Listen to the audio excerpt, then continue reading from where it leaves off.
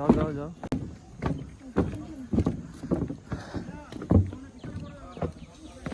আপনারা একসঙ্গে থাকবেন? ও আচ্ছা, বনের ভিতরে সেই মজা। আমরা কি ভয় পাই নাকি? ওই যারা লাঠি মাঠি নিয়ে রেডি হইতেছে, এখানে যদি আসে। এটার ভিতর কি আছে গণপ্রযুক্তি বাংলাদেশ সরকার।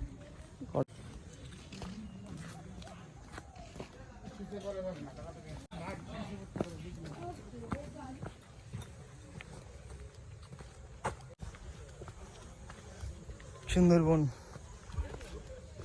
জঙ্গলের দিকে আমরা যাচ্ছি। হ্যাঁ, আমরা যে এখানে আছি এটা হচ্ছে চাঁদপাই ফরেস্ট রেঞ্জের বৌদ্ধমারি টহল ফাঁড়িতে, যেখানে হচ্ছে প্রত্যেকটা টহল ফাঁড়িতে এরকম একটা মিষ্টি বাড়ির পুকুর থাকে। আর এই মিষ্টি বাড়ির পুকুর মানে হচ্ছে এখানে বন্যপ্রাণীরা আসে পানি খাওয়ার জন্য। পানি খাওয়ার জন্য যখন হরিণ বা বন্য শুকর যখন আসে এখানে, তখন কিন্তু বাঘটাকে অ্যাটাক করার জন্য সহজ হয়। এই জন্য হচ্ছে এই পাশটা হচ্ছে সব থেকে ডেঞ্জারাস এরিয়া, যেখানে হচ্ছে সবসময় বাঘ থাকে। এবং এলাকা থেকে যখন গরু মহিষ যায় তখন একটা না একটা অ্যাটাক হয়। মাত্র 3-4 দিন আগেও এখান থেকে হাফ কিলোমিটার ভিতরে একটা মহিষ নিয়ে গেছে বাঘে, মানে মহিষ গেছিল ওখান থেকে।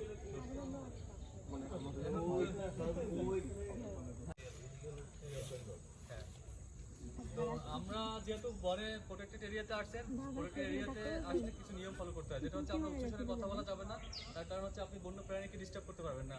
আপনি যদি ডিস্টার্ব করেন সেক্ষেত্রে আপনি দেখতেও পারবেন না। আর বিশেষ করে হচ্ছে পরিবেশ বান্ধবভাবে থাকতে হবে। আমাদের কোনো গাছের ফুল ফল পাতা এগুলো ছেঁড়া যাবে না। এবং সবাইকে গ্রুপ ওয়াইজ থাকতে হবে, তার কারণ গ্রুপ ওয়াইজ না থাকলে বাঘ সবসময় সিঙ্গেলকে অ্যাটাক করে, যার জন্য আমাদের অবশ্যই সবাইকে গ্রুপ ওয়াইজ থাকতে হবে। এবং এই সামনে হচ্ছে আমরা দুইটা স্থান আছে, যেটা হচ্ছে যারা হিন্দু তারা হচ্ছে বনবিবির পূজা করে, সেই একটা বটগাছ আছে ওখানে। আর যারা মুসলমান তারা হচ্ছে গাজী কালুর নামে সিন্নি করে এই এরিয়াতে। তো আমরা সেই সব স্থানে যাব এবং সবাই একটু কেয়ারফুল হবে, কথা না বলে আমরা একটু নেচারকে ফিল করার চেষ্টা করবো। অ্যাটাক করার এরিয়াতে আমরা যাচ্ছি না।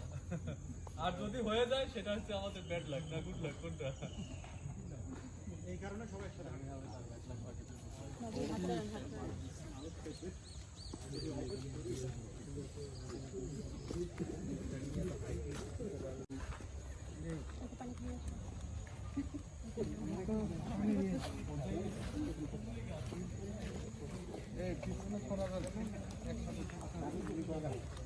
দিলো কোম্পানি ভিডিও বন্ধ করুন।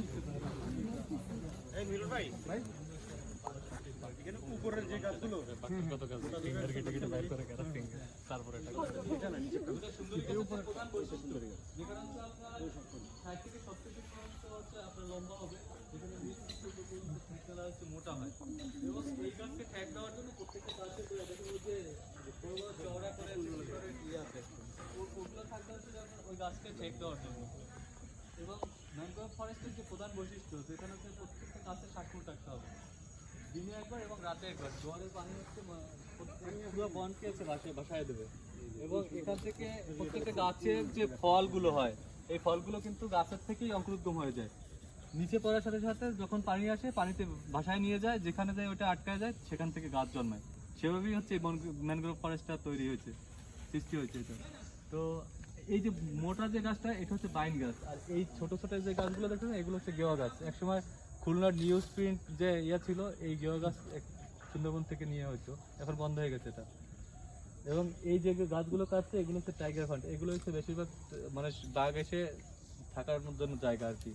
ও যে গাছগুলো এখানে তাদের সেফটির জন্য এই গাছগুলো কাইতে রাখছে আর কি, যেন বাঘ এসে না থাকতে পারে এখানে আশেপাশে। চলেন আমরা একটু ভিতরের দিকে যাই।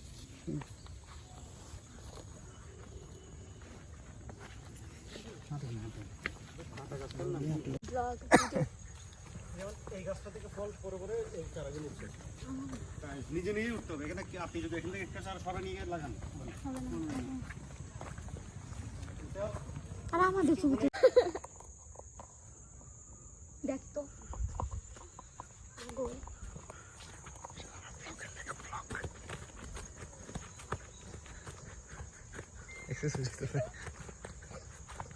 বাঘের ভয়ে আমরা দৌড়াচ্ছি।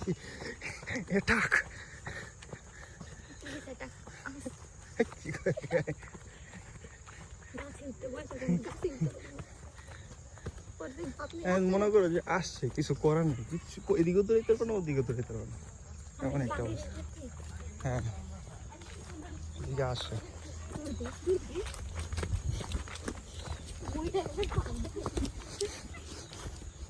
এই গাছে উঠতে গো নাই, ঠিক আছে? হ্যাঁ উঠো, একটা বয়ে যাবো, যাও স্যার নিয়ে যাবো।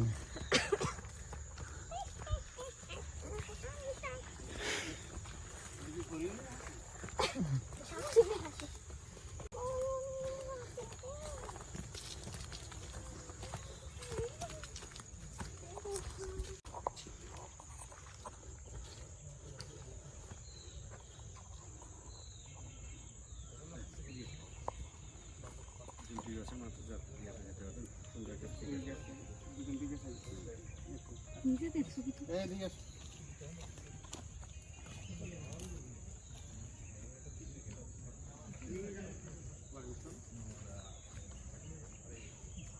দেখ তো আয় কি করে। ডাক দেন, তার জন্য ডাক দেন।